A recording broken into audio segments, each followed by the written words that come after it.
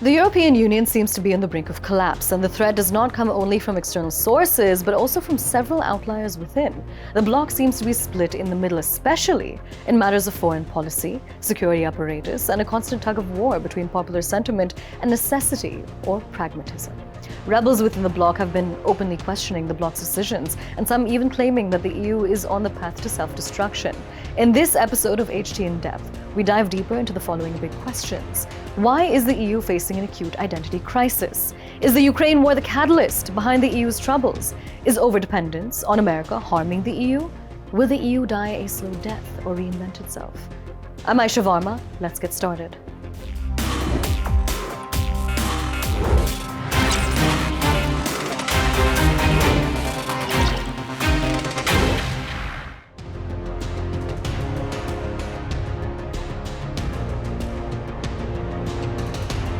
The European Union owes its origin to the post-World War II goal of preventing conflict through economic and political integration. On the 5th of May 1949, 10 Western European countries created the Council of Europe to promote democracy and protect human rights and the rule of law.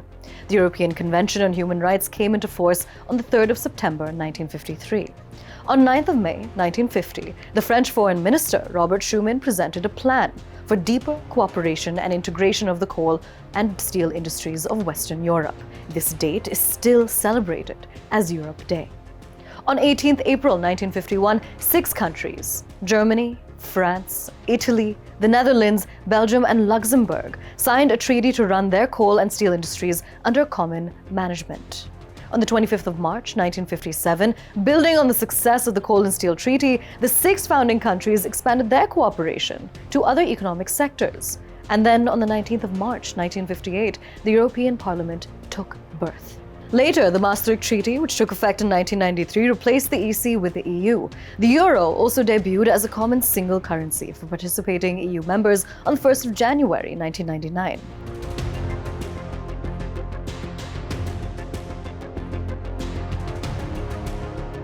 For several years now, the EU as a bloc has faced several challenges. Stagnating economic growth, declining global economic leverage, and sluggish innovation have hampered the EU's ability to compete globally.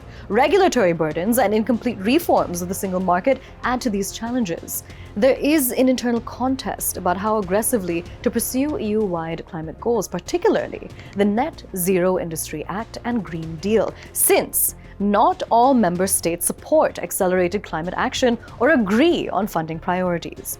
Managing irregular migration and developing a common EU response remains highly divisive, with southern and eastern states often at odds with western and northern members. The requirement for unanimity in many crucial decisions leads to blockages, especially on foreign policy, sanctions, and treaty change, because smaller or dissenting states hold veto power.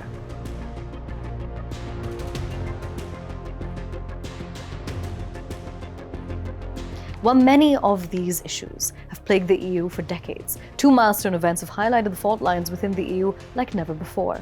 Russia's full-scale invasion of Ukraine, which began on the 24th of February 2022, marked a turning point in European security.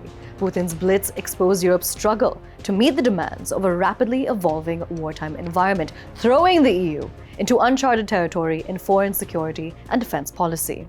I spoke to John Clark about this issue. Here's what he had to say. It's had an enormous impact in many ways. First of all, it has exposed Europe's relative weakness when it comes to its security and defense posture. Secondly, it's been a very, very big drain on European treasuries. They have funded most of the resistance to the Russian invasion, helping Ukraine in that respect.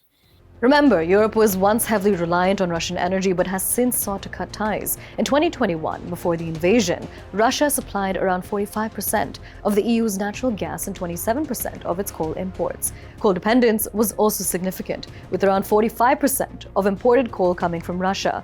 Russia still accounts for 17.5% of the European Union's LNG imports, second only to the United States. In May this year, European Commission President Ursula von der Leyen proposed phasing out remaining Russian gas imports by 2027, an idea not welcomed by all.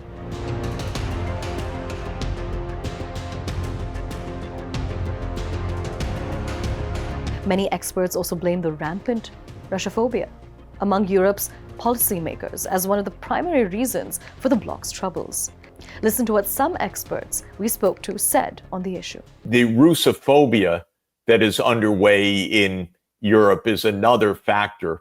Again, whether it's a primary or secondary factor, I'm not absolutely sure. But they all think Russia's about to invade Europe. It's the most absurd conceivable idea. Putin's invasion also put a spotlight on the EU's overdependence on the US, something that has been extremely evident since Donald Trump came to power. It has made Europe realize that it cannot rely in the way it used to on the United States security umbrella. And that's forced Europe to do a very serious rethink about how to construct their own defense and security arrangements in the next 20 years. Trump does not like the European Union. He said famously that the EU was invented to, quote unquote, screw the United States. Many inside the European Union have also criticized the recent US-EU trade deal as being heavily in favor of America.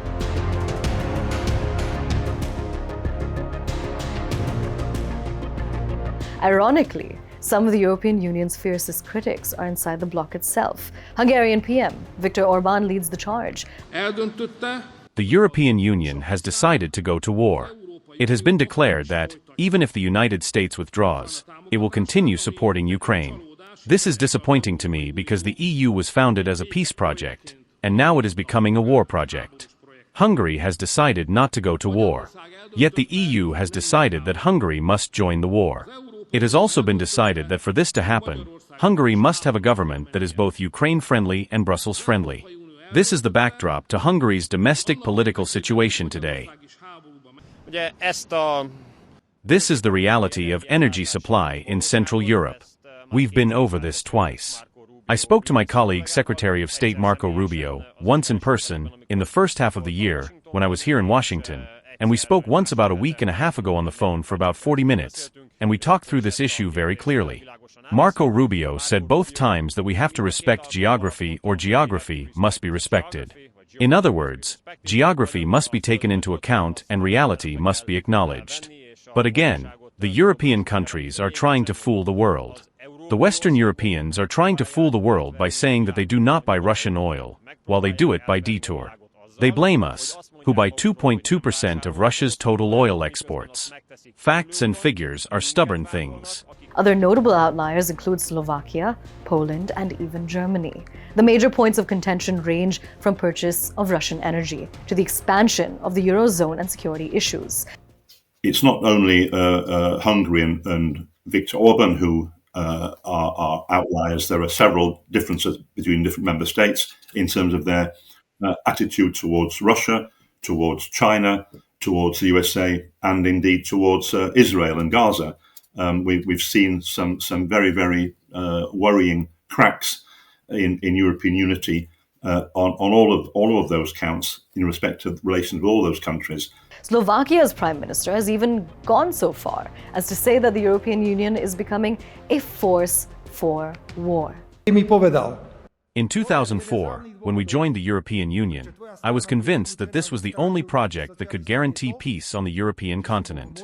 However, today the European Union is becoming not a force for peace, but a force for war. And let's admit that we talk more about war in the European Union than we talk about peace. Let's admit the huge mistakes we have been making recently. I would like to remind everyone who loves war so much that it is not a computer game. Meanwhile, some members of the European Union have also directly targeted the EU Commission President, Ursula von der Leyen. Criticism that can be described as outright misogyny. For Ursula von der Leyen's birthday, I wish for her to leave the European Commission and to enjoy a bit of free time. I think she is of retirement age, and I know she has many children and grandchildren, so I wish her a lot of rest. I also wish von der Leyen that she can enjoy her retirement in the company of her loved ones. It is high time for that, as her political record shows.